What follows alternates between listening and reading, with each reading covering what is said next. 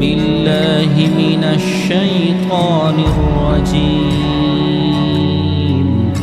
بسم الله الرحمن الرحيم. الحمد لله الذي أنزل على عبده الكتاب ولم يجعل له عوجا قيما لينذر بأسا شديدا من لدنه ويبشر المؤمنين الذين يعملون الصالحات أن لهم أجرا حسنا ماكثين فيه أبدا وينذر الذين قالوا اتخذ الله ولدا ما لهم به من علم ولا لآبائهم كبرت كلمة تخرج من أفواههم إن يقولون إلا كذبا فلعلك باخع نفسك على آثارهم إن لم يؤمنوا بهذا الحديث أسفا إنا جعلنا ما على الأرض زينة لها لنبلوهم أيهم أحسن عملا وإنا لجاعلون ما عليها صعيدا جرزا أم حسبت أن أصحاب الكهف والرقيم كانوا من آياتنا عجبا إذ أوى الفتية إلى الكهف فقالوا ربنا آتنا من لدنك رحمة وهيئ لنا من أمرنا رشدا فضربنا على آذانهم في الكهف سنين عددا ثم بعثناهم لنعلم أي الحزبين أحصى لما لبثوا أمدا نحن نقص عليك نبأهم بالحق إنهم فتية آمنوا بربهم وزدناهم هدى وربطنا على قلوبهم إذ قاموا فقالوا ربنا رب السماوات والأرض لن ندعو من دونه إلها لقد قلنا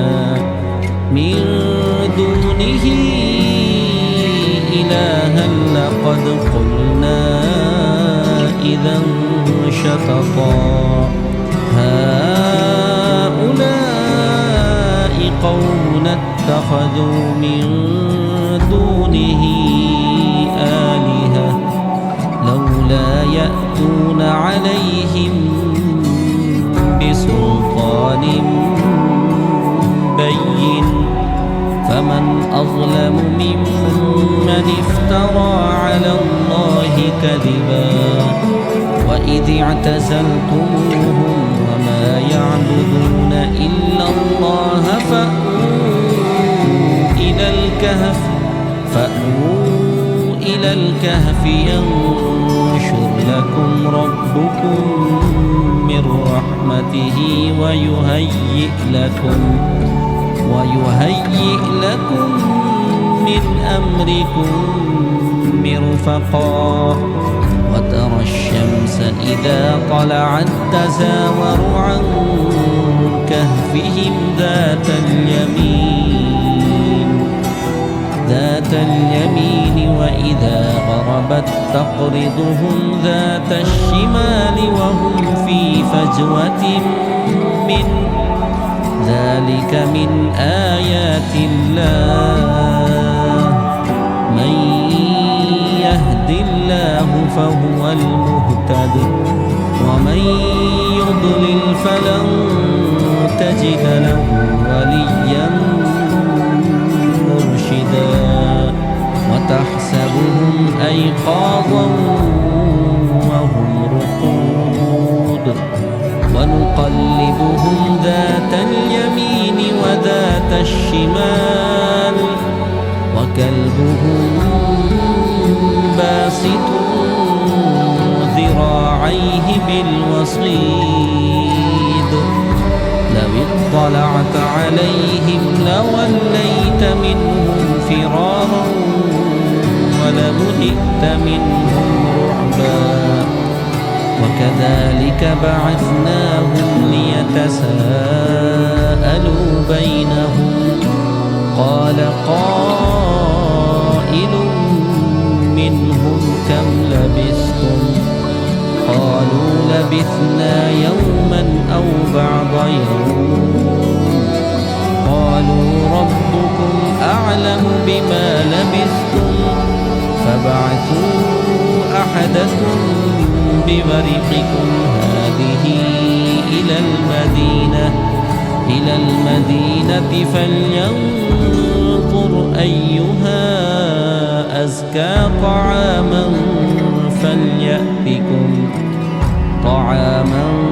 فليأتكم برزق منه وليتلطف ولا يشعرن بكم أحدا إنهم إن يظهروا عليكم يرجموكم أو يعيدوكم في ملتهم ولن تفلحوا إذا أبدا وكذلك أعثرنا عليهم ليعلموا أن وعد الله حق وأن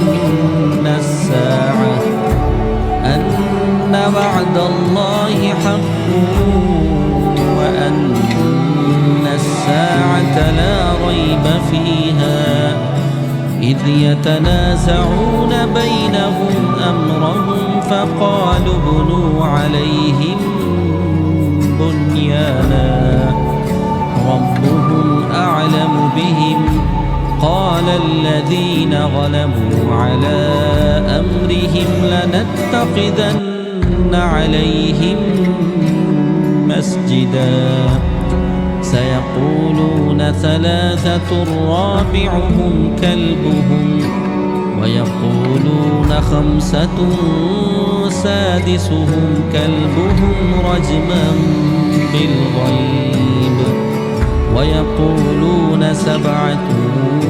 وثامنهم كلبهم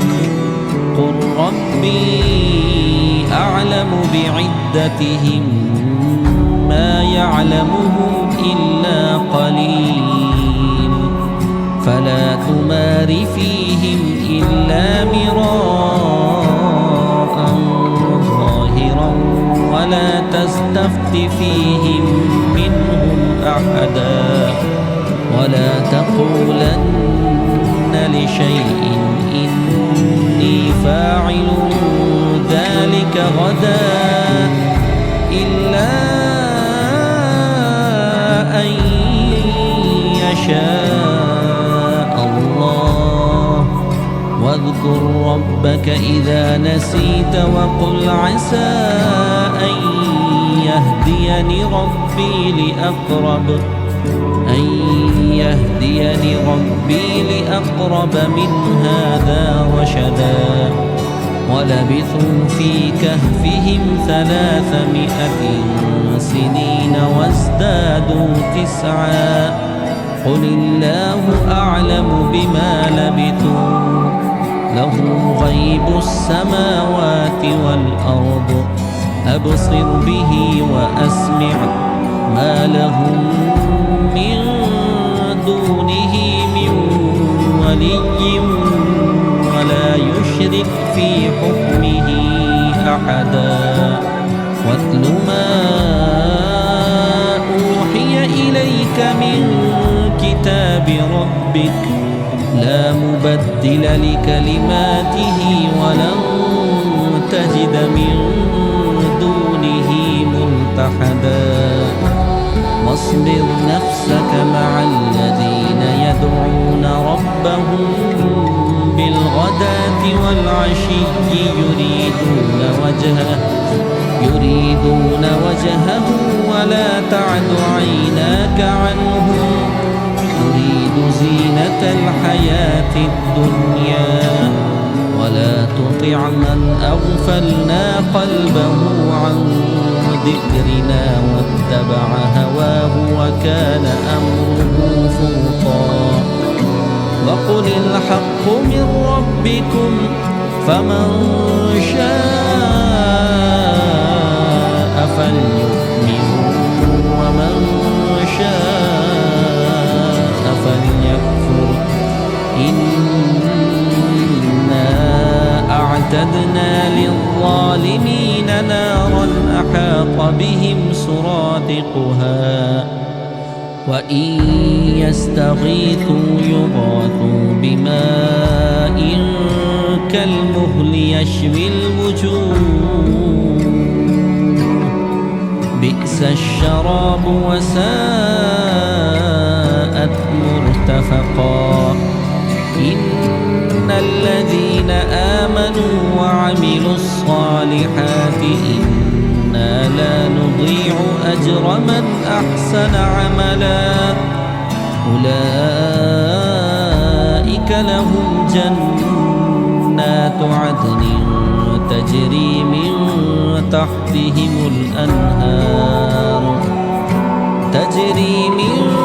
تحتهم الأنهار يحلون فيها من أساور من ذهب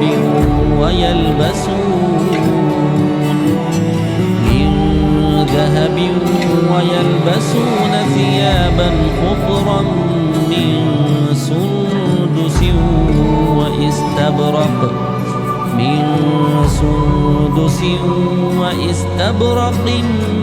متكئين فيها على الأرائك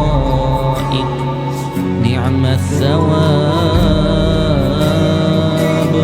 وحسنت مرتفقا واضرب لهم مثل الرجلين جعلنا لأحدهما جنتين من أعناب وحففناهما بنخل وجعلنا بينهما زرعا كلتا الجنتين آتت أكلها ولم تظلم منه شيئا وفجرنا خلالهما نهرا وكان له ثمر فقال لصاحبه وهو يحاوره أنا أكثر منك مالا وأعز نفرا ودخل جنته وهو ظالم لنفسه قال ما أظن أن تبيد هذه أبدا وما أظن الساعة قائمة ولئن رددت إلى ربي لأجدن خيرا منها منقلبا قال له صاحبه وهو يحاوره أكفرت بالذي خلقك من تراب ثم من نطفة ثم سواك رجلا لكن هو الله ربي ولا أشرك بربي أحدا ولولا إذ دخلت جنتك قلت ما شاء الله لا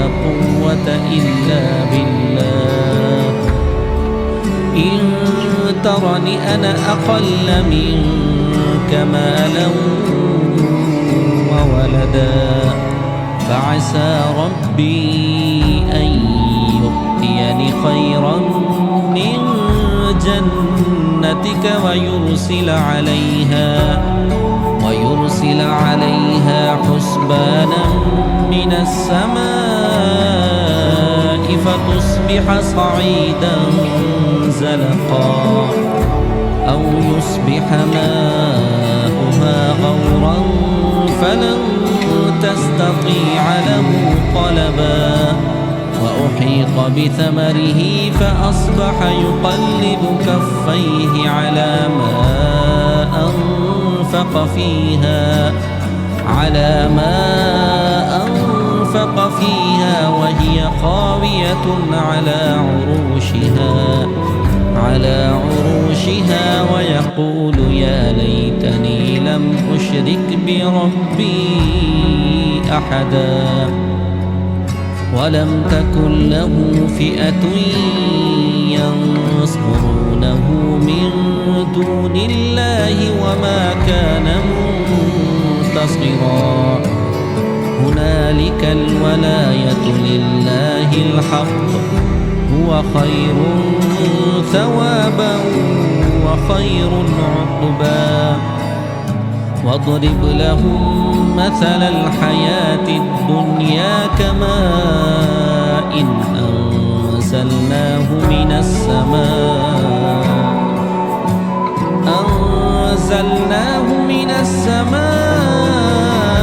فاختلط به نبات الأرض فأصبح هشيما تذروه الرياح وكان الله على كل شيء مقتدرا المال والبنون زينة الحياة الدنيا والباقيات الصالحات خير عند ربك ثوابا وخير أملا ويوم نسير الجبال وترى الأرض بارزة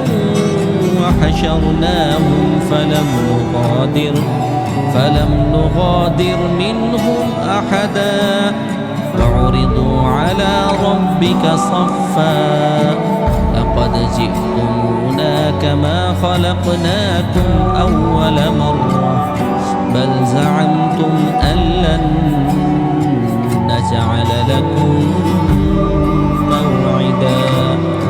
ووضع الكتاب فترى المجرمين مشفقين مما فيه ويقولون يا ويلتنا ما لهذا الكتاب لا يغادر صغيرة ولا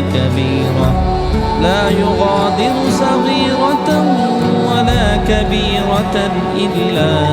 أحصاها ووجدوا ما عملوا حاضرا ولا يظلم ربك أحدا وإذ قلنا للملائكة اسجدوا لآدم فسجدوا إلا إبليس كان من الجن ففسق عن أمر ربه أفتتخذونه وذريته أولياء من دوني وهم لكم عدو بئس للظالمين بدلا ما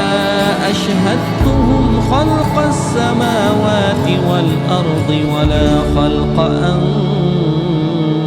أنفسهم وما كنت متخذ المضلين عضدا ويوم يقول نادوا شركائي الذين زعمتم فدعوهم فلم يستجيبوا لهم وجعلنا بينهم موبقا ورأى المجرمون النار فظنوا أنهم مواقعوها ولم يجدوا عنها مصرفا مصرفا ولقد صرفنا في هذا القرآن للناس من كل مثل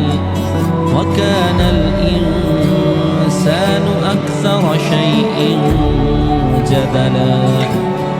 وما منع الناس أن يؤمنوا إذ جاءهم الهدى ويستغفروا ربهم إلا أن تأتيهم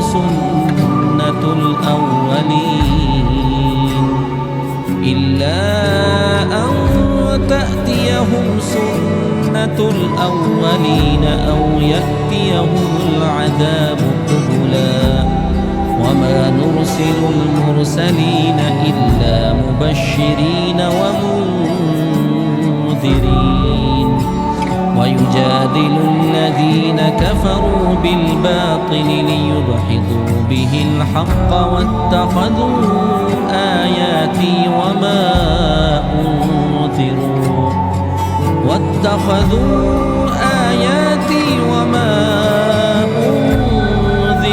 هزوا ومن أظلم ممن ذكر بآيات ربه فأعرض عنها ونسي ما قدمت يداه إنا جعلنا على قلوبهم أكنة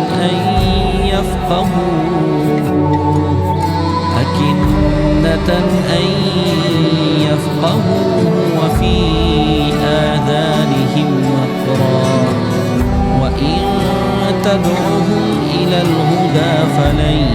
يهتدوا إذا أبدا وربك الغفور ذو الرحمة لو يؤاخذهم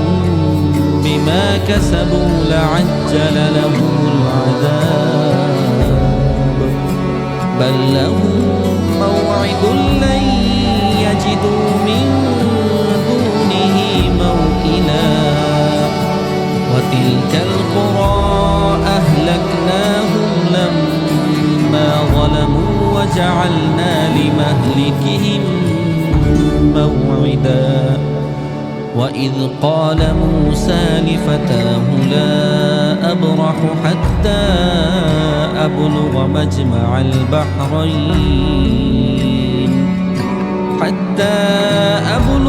مجمع البحرين أو أمضي حقبا فلما بلغا مجمع بينهما نسيا حوتهما فاتخذ سبيله في البحر سربا فلما جاوزا قال لفتاه آتنا غداءنا لقد لقينا من سفرنا هذا نصبا قال أرأيت إذ أوينا إلى الصخرة فإني نسيت الحوت وما أنسانيه إلا الشيطان أن أذكره اتخذ سبيله في البحر عجبا قال ذلك ما كنا نبغي فارتد على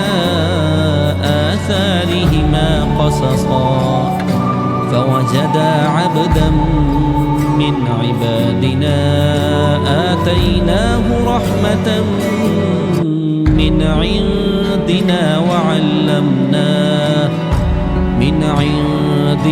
وعلمناه من لدنا علما قال له موسى هل أتبعك على أن تعلمني مما علمت رشدا قال إنك لن تستطيع معي صبرا وكيف تصبر على ما لم تحط به خبرا قال ستجدني إن شاء الله صابرا ولا أعصي لك أمرا قال فإن اتبعتني فلا تسألني عن شيء حتى أحدث لك منه ذكرا فانطلقا حتى إذا ركبا في السفينة خرقها قال أخرقتها لتغرق أهلها لقد جئت شيئا إمرا قال ألم أقل إنك لن تستطيع معي صبرا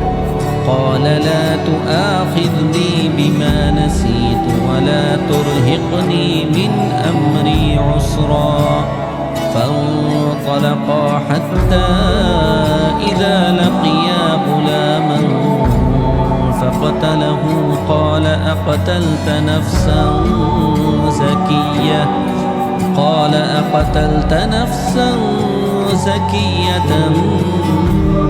بغير نفس لقد جئت شيئا نكرا قال ألم أقل لك إنك لن تستطيع معي صبرا قال إن سألتك عن شيء بعدها فلا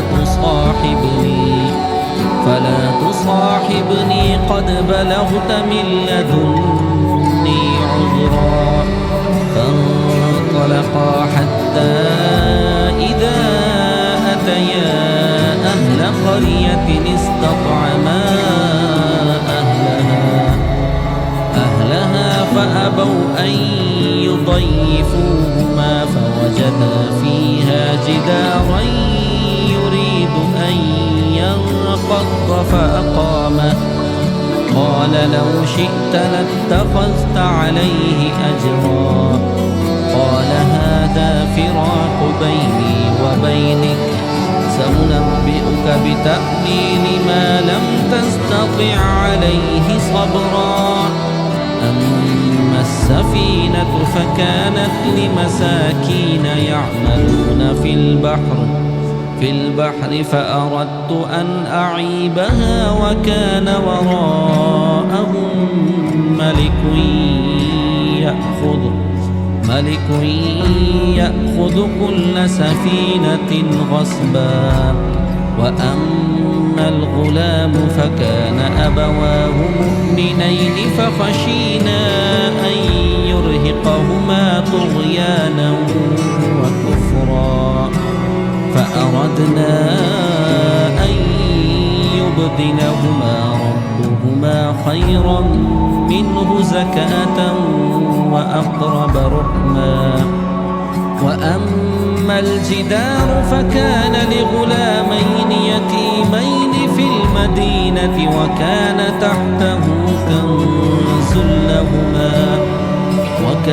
تحته كنز لهما وكان أبوهما صالحا فأراد ربك أن يبلغا أشدهما ويستخرجا كنزهما رحمة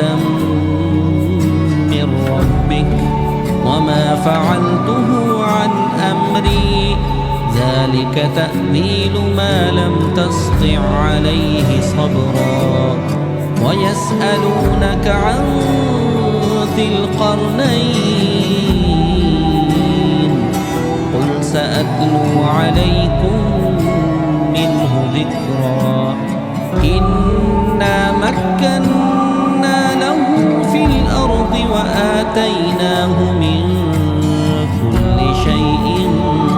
سببا فأتبع سببا حتى إذا بلغ مغرب الشمس وجدها تغرب في عين حمئة ووجد عندها قوما قلنا يا ذا القرنين إما أن تعذب وإما أن تتخذ فيهم حسنا قال أما من ظلم فسوف نعذبه ثم يرد إلى ربه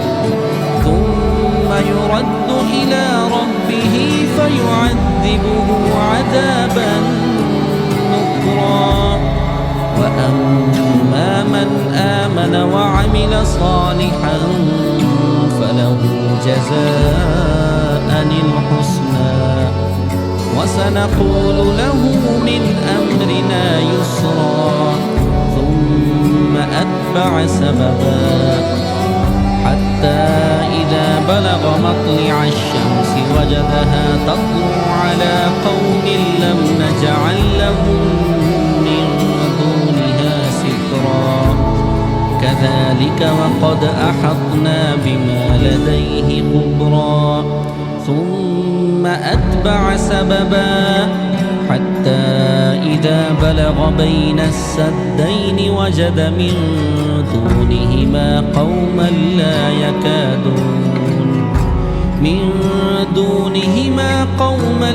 يكادون يفقهون قولا قالوا يا ذا القرنين إن يأجوج ومأجوج مفسدون في الأرض فهل نجعل لك خرجا على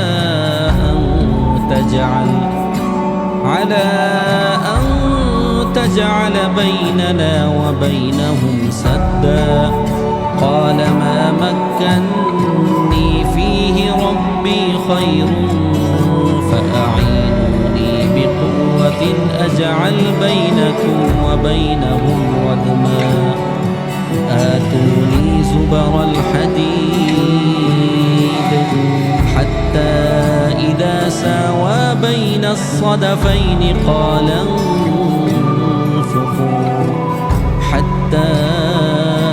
إذا جعله نارا قال آتوني أفرغ عليه قطرا فما استطاعوا أن يظهروه وما استطاعوا له نقبا قال هذا رحمة من ربي فإذا جاء وعد ربي جعله دكا وكان وعد ربي حقا وتركنا بعضهم يومئذ يموج في بعض ونفخ في الصور فجمعناهم جمعا وعرضنا جهنم يومئذ للكافرين عرضا الذين كانت أعينهم في غطاء عن ذكري وكانوا لا يستطيعون سمعا أفحسب الذين كفروا أن يتخذوا عبادي من دوني أولياء إنا أعتدنا جهنم للكافرين نزلا قل هل ننبئكم بالأخسرين أعمالا الذين ضل سعيهم في الحياة الدنيا وهم يحسبون أنهم يحسنون صنعا أولئك الذين كفروا بآيات ربهم ولقائه فحبطت أعمالهم فلا نقيم لهم يوم القيامة وزنا ذلك جزاؤهم جهنم بما كفروا واتخذوا آياتي ورسلي هزوا إن الذين آمنوا وعملوا الصالحات كانت لهم جنات الفردوس نزلا خالدين فيها لا يبغون عنها حولا قل لو كان البحر مدادا لكلمات ربي لنفد البحر قبل أن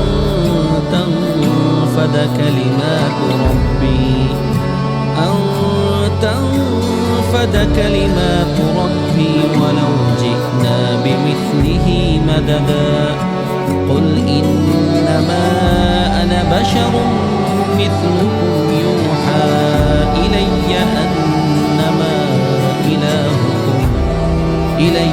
أنما إلهكم إله واحد فمن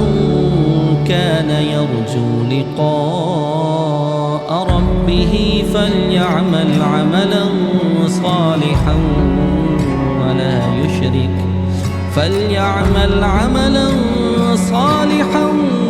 ولا يشرك بعبادة ربه